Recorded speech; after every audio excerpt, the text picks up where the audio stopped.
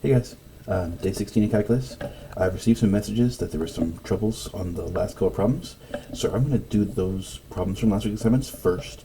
If you were struggling with those and didn't get those finished, I'd be happy to re-accept those. I'm always happy to accept late work, as long as I get them in a timely manner.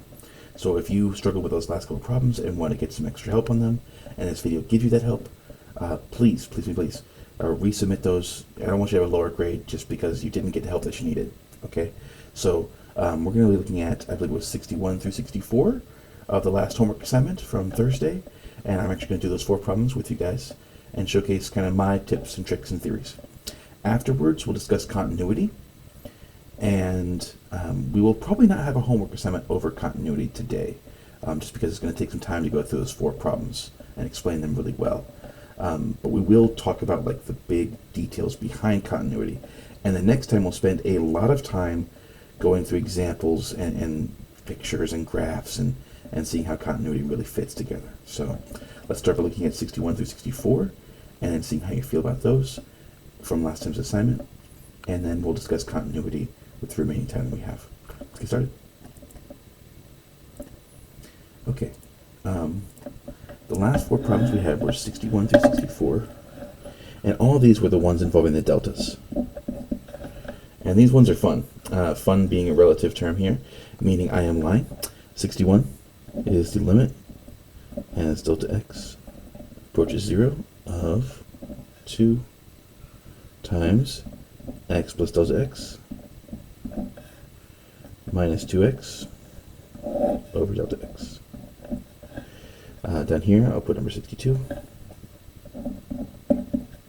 think it's important to compare and contrast these as we do these first 2, because they're very similar, right? They're both approaching 0. And this becomes x plus delta x squared minus x squared over delta x. Okay, notice that both of these involve delta x going to 0. And they involve some function with delta x in the denominator. Notice if I actually plug in 0, this first equation, right, because that's always an option, right? I could always try to plug this in. Plug in does not work. The reason being, you end up with 0 divided by 0. If I plug in 0 for delta x, I have 2 times x plus 0, so that'd be 2 times x. 2 times x is 2x, minus 2x. I get a 0 on top, and then of course the bottom would be 0 because it's delta x. Here, same thing happens. If I plug in 0 for delta x, I have x plus 0 squared, so that'd be x squared. Minus x squared would be 0 on top. Delta x would be 0 on bottom, so 0 divided by 0. Not allowed. This is bad, right? We are never supposed to have dividing by 0. That's a problem. And so what we're going to do is we're going to algebraically simplify these using algebra rules and see if we can get down to a function that we can plug in this limit. So I have the limit as delta x approaches 0. I'm going to distribute the 2 first, because that's the first thing I can do here algebraically. This becomes 2x plus 2 delta x minus 2x over delta x. Now from here, next thing I can do, I can take the limit as delta x approaches 0. Remember, delta x, it's not delta x, it's delta x. It's one thing. It has 2 parts, but it's one symbol. Delta x, I can't like factor an x out of these 2, okay? That doesn't work. Delta x is its own variable, its own thing. I can't do it that way, okay? So notice that in this top one, I have 2x and negative 2x, so these 2 can actually end up canceling, leaving me with on top 2 delta x over delta x. Now it's important to note that if at any point in time I had plugged in, I still don't get an answer, because I still have this problem. If I plug in here, 2x plus 2 times 0, so that'd be 2x plus 0, which is just 2x, minus 2x, that'd be 0 on top, and then delta x is 0, that'd be 0 on bottom, so I end up with 0 divided by 0, not allowed, I can't plug in here. I come here, I've simplified a lot, but again, if I plug it in, 2 times 0 is 0, divided by 0 is 0, 0 divided by 0 isn't allowed. But you notice that here, I can cancel the delta x with the delta x, meaning I end up with the limit as delta x approaches 0 of 2. Remember, we have a property, a theorem, which states that If you're taking the limit of a number, it's just the number. Because remember, there's nothing to plug in. Remember, this limit is essentially plug it in. The problem is I can't plug in if I end up with 0 divided by 0. And so this tells me that when I get to this point, I can plug it in because there's delta x. If I plug in 0, I just get 2. Let's look at this one now. So it's number 62. Same concept. I'm going to need a little bit more space here. But I'm actually going to square this out. Remember, when you square, you can either use the difference of squares formula, the perfect square formula, or you can FOIL it out. I prefer to use the perfect square formula. This will become x squared plus 2x delta x plus delta x squared minus x squared all over delta x. So what I've done is I've taken this x plus delta x and I've squared it. Remember, when I square it, this will become x plus delta x times x plus delta x, because remember those two are the same thing. And then I can use FOIL. X times x gives me x squared. X times delta x gives me x delta x. I can then take delta x times x. This would be another x plus delta x. Another x delta x, I should say. And then delta x times delta x becomes delta x quantity squared. If it helps you, put the delta x's in parentheses, that way you don't forget, but I usually find that's just way more work. Just think delta x as its own substance. Think of delta x as a z or a q. It's its own thing, meaning it doesn't interact with x, it doesn't interact with any numbers. So this becomes x squared plus 2 of these x delta x's plus delta x squared minus x squared from the formula all over delta x. Again, if I plug in 0, I still get 0 divided by 0, right? X squared and negative x squared are going to cancel. Plugging in 0 here, make 2x times 0, which is 0, plus 0 squared, which is 0. 0 plus 0 is 0 on top, divided by 0 on bottom. Still doesn't work. But now, I can start simplifying some stuff. So, the x squared and negative x squared are going to cancel, leaving me 2x delta x plus delta x squared all over delta x. And we haven't done the limit yet, so it's still hanging out unless delta x goes to 0. And again, if I try to plug in, I still end up with the problem. I get 2x times 0, which is 0, plus 0 squared, which is 0. 0 plus 0 is 0, divided by 0. It all becomes 0, so that's a problem. So again, I have to keep simplifying. If I simplify this one, I can actually factor a delta x out of everything on top. So on top, I end up with 2x plus delta x. If I factor delta x out of this one, I have the 2x remaining. If I factor one of the delta x's, I have one of the delta x's remaining. And then, of course, I have delta x on bottom. I can now cancel the delta x on top with the delta x on bottom using factoring rules, giving me the limit as delta x approaches 0 of 2x plus delta x. Now I can actually plug in 0 for delta x. This becomes 2x plus 0, which is, of course, 2x. So your goal is to make the delta x's disappear algebraically without having it being dividing by 0. Remember, dividing by 0 is not allowed. We can cancel these two because there's one on top, one on bottom, and they're not technically 0 yet. They're just approaching 0. And so this gives us 2x plus delta x. Plugging in 0 now gives us 2x plus 0, which is just, of course, 2x.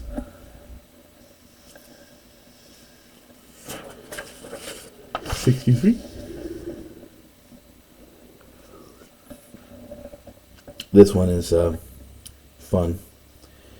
Again, fun being a line. Alright.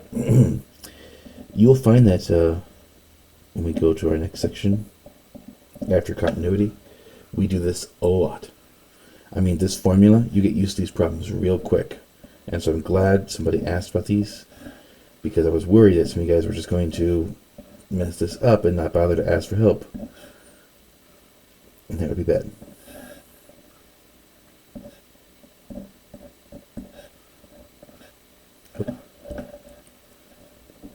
Minus 2x plus 1.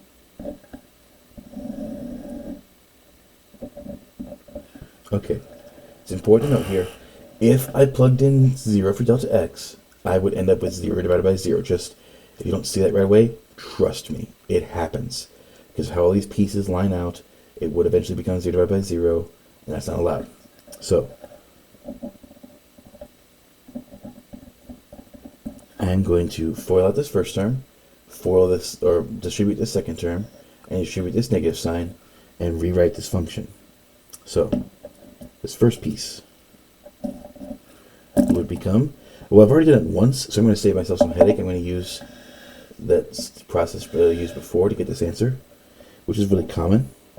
X squared plus 2x delta x plus delta x squared minus 2 times x plus delta x plus 1 minus x squared minus 2x plus 1 all over delta x. I'm now going to drop these parentheses, because these parentheses aren't really doing anything anymore, because I've already done the squaring portion. This will just become x squared plus 2x delta x plus delta x squared.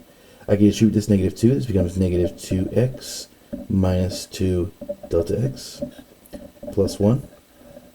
I can distribute this negative sign. So negative x squared plus 2x minus 1 all over delta x. You'll notice again that if I plug in delta x is 0, all of these cancel on top, and I have a 0 on bottom, so it was 0 divided by 0, still not possible, right? If I plug in, I end up with 0 divided by 0, not allowed. If I plug in, 0 divided by 0, not allowed. If I plug in, 0 divided by 0, not allowed. It's only as we get farther along we start to see that this function simplifies to a different function using theorem 1.7. This different function allows us to get new and better materials. So x squared will cancel with the negative x squared. Negative 2x will cancel with the positive 2x. Positive 1 will cancel with the negative 1. Notice that each of the pieces on the right-hand side cancels with something on the left-hand side, leaving behind only pieces that have a delta x in them. This is pivotal because, just like with the previous one, how we can get rid of the delta x's on top and bottom, we can do that here. Take a look. We end up with 2x delta x plus delta x squared minus 2 delta x all over delta x. Now again, if I plug in now, I still have 0 divided by 0. Not allowed. So, I'm going to factor out the delta x. This will give me 2x plus delta x minus 2 all over delta x.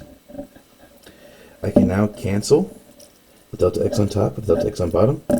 But before I do so, do note, like, if I plugged in at this point, I'd still have 0 divided by 0, so I'm still not done.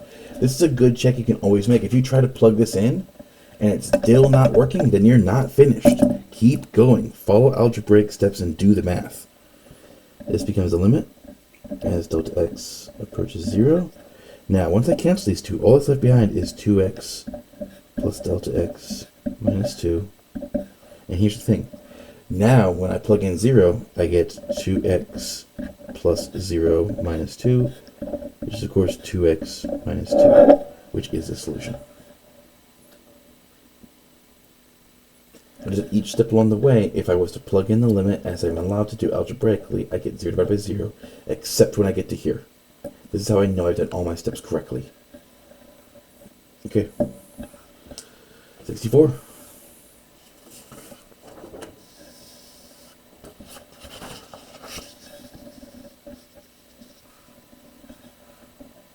Okay.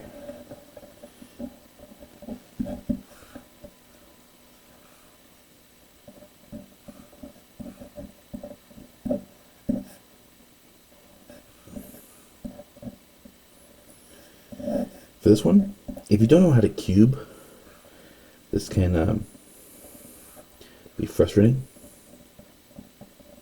because you have to go through that process. I actually memorized those tables a long time ago, so it's really helpful. So I will shortcut this a little bit. I recommend if you don't know that from algebra, you will learn it in college algebra, or you should have learned it in college algebra and trig. Okay, if I cube this piece, this becomes x cubed plus 3x squared delta x plus 3x delta x squared plus delta x cubed. That's the entire first term cubed, minus x cubed over delta x. Again, if I plug in 0 for delta x, I end up with 0 divided by 0. If I plug it in here, I end up with 0 divided by 0. Now, positive x cubed and negative x cubed are going to cancel. Limit, delta x approaches 0. Okay, what's left behind? 3x squared delta x plus 3x delta x squared plus delta x cubed over delta x. Again, if I plug in at this point, I still end up with 0 divided by 0. So again, I'm going to factor out the delta x, limit, delta x approaches 0. We end up with delta x times 3x squared plus 3x delta x plus delta x squared all over delta x. Now we can cancel out delta x and delta x. On top, we end up with a function that I now can plug into. So 3x squared plus 3x delta x plus delta x squared. Now I can plug in 0, so this becomes 3x squared plus 3x times 0 plus 0 squared. 3x times 0 is 0, 0 squared is 0, this becomes 3x squared. And that's our solution.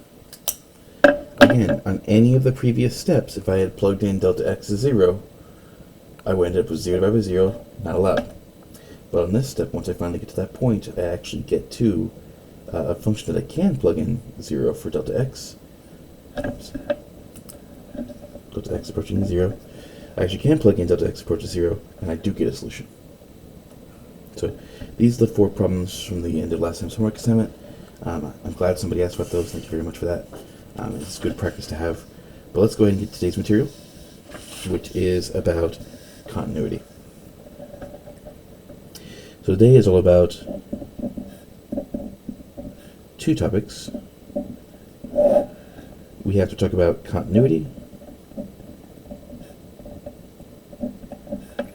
and one-sided limits.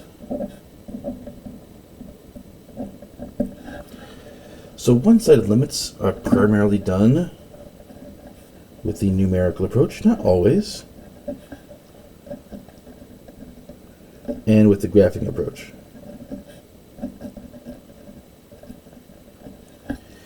The reason being is because it really matters whenever you're talking about which side, and that's easier to do when you're approaching it with numbers and when you're approaching it with this, as opposed to approaching it like with formulas. So let's talk about one-sided limits first. We have something called the left-hand limit.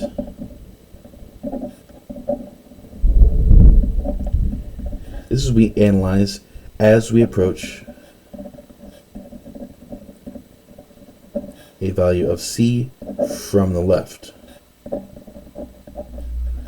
So for example, this is written as the limit as x approaches 3 from the left of, let's say, 3x squared minus 4. If you wish to evaluate this numerically, what you would do is you take this function and you'd only pick values left of 3. So that would be the 2.9, the 2.99, and the 2.999. So these are the only ones you would evaluate and see what their solutions are, because you're approaching it from the left. And you want to see if these will approach a number. And whatever that number is, that's our solution. Right-hand limits are the same basic thing.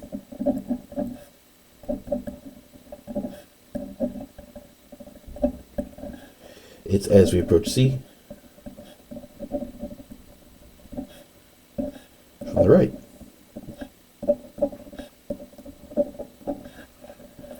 So in this case, if I do the limit, the same exact thing, but this time from the right. That's what this plus sign means of this function, 3x squared minus 4. What it means is we're taking these values and we're approaching them from the right-hand side. So that'd be 3.1, 3.01, and 3.001. And again, our goal is, if these are approaching a number, our answer is, of course, that number. Now, a limit is really just a left-hand limit and a right-hand limit that agree.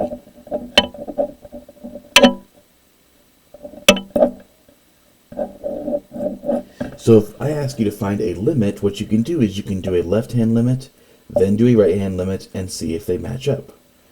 But you can also just do a left-hand limit. You can also just do a right-hand limit. Functions where this is really important would be something like limit as x approaches 1 of the square root of x minus 1. Let's look at this graph and see what this looks like. Okay, here's my graph. So you can see, and I'll shrink this a little bit so we can do both at the same time here. If I was asked to do the official limit using the graph, I would get to a point where if I try it from the right, right now approaching 0, right? So in this case, my limit as x approaches 1 from the right would be 0. Because as I'm approaching this function to the right, or from the right-hand side, right, I get closer and closer to a y value of 0. And in fact, I do get a y value of 0. But what if I approach it from the left? What if I approach this thing from the left? Well, as you can see from the picture, right, if I go to the left of 1, but I get nothing.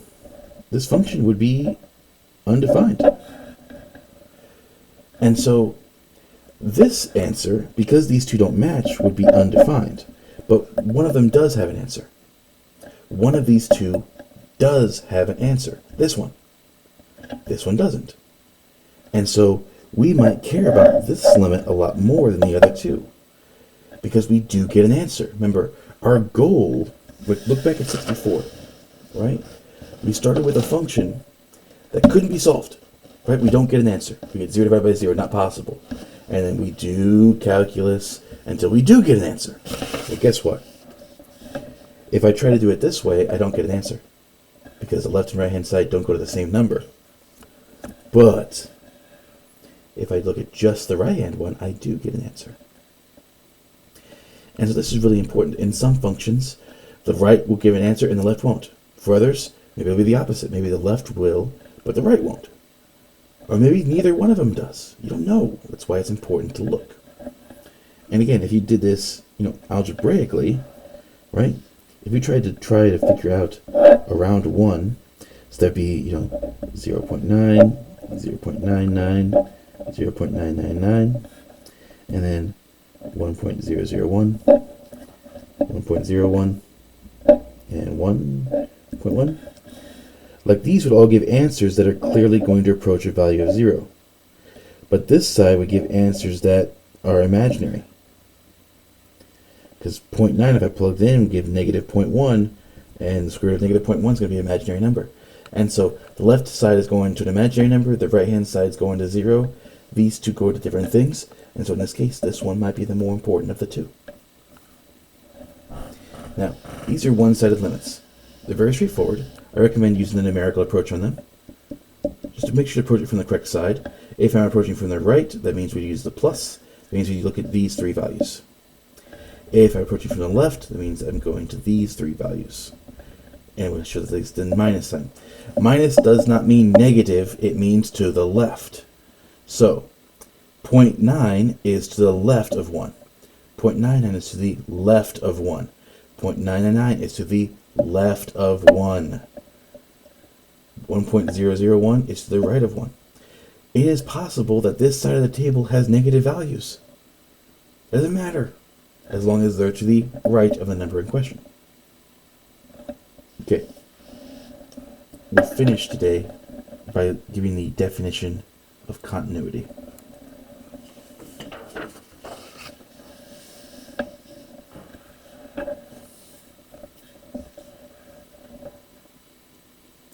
Here we go. Continuity. Jeez. Continuity. Okay. We define a function is continuous at x equals c. In this case, we're looking at specific values if three conditions are met.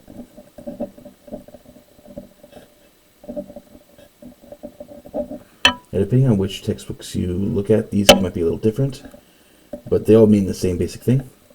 First condition, f of c must exist. So we have to be able to plug it in. Second condition, the limit as x approaches c from the left has to equal the limit as x approaches c from the right.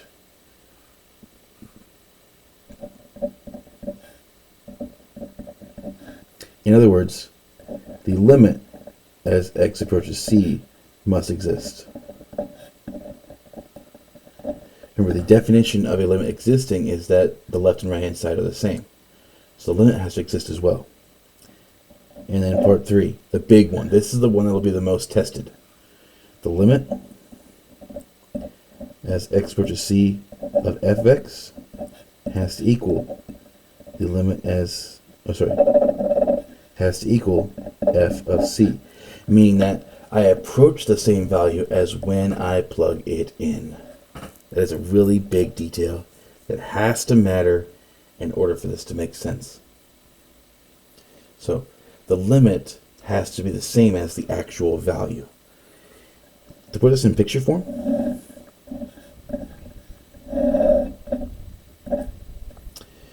I'll do my picture here in red.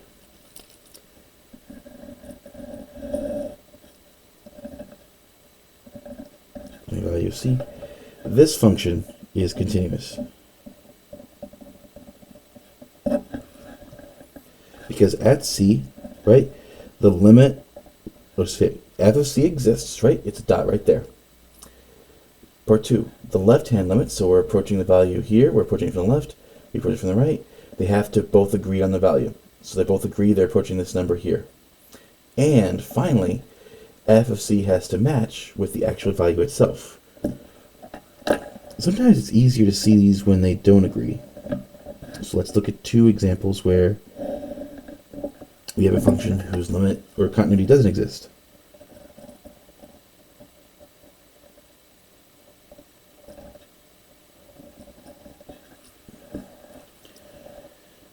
So in this case, for this one, because there is a hole there, or we can even go even farther and let's say like it's just been moved,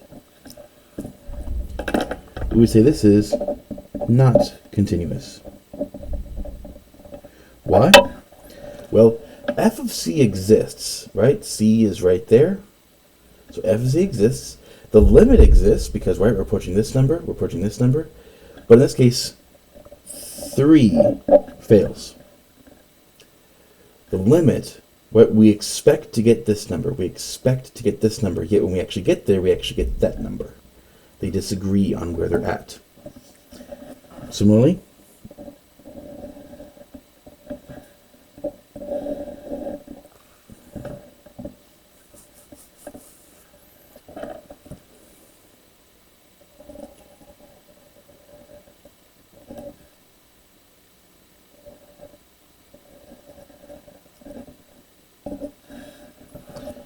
And here's my C. Okay, this one is also not continuous. That is because, well, for two reasons. One, f of C doesn't exist, right? There's no number there, right? There's just two open dots. So the first thing fails. And secondly, right, the left limit and the right limit disagree, right? The left limit would get a value here, the right limit would get a value there. They have different values, so they wouldn't exist. We'll look some more at this next time. No homework tonight on this kind of stuff. Actually, you know what? I lied. There will be one homework question tonight. Just one. And I'll see what you guys think of it. Let's go ahead and stop right there. I'm over on time. And I'll see you guys tomorrow. Bye.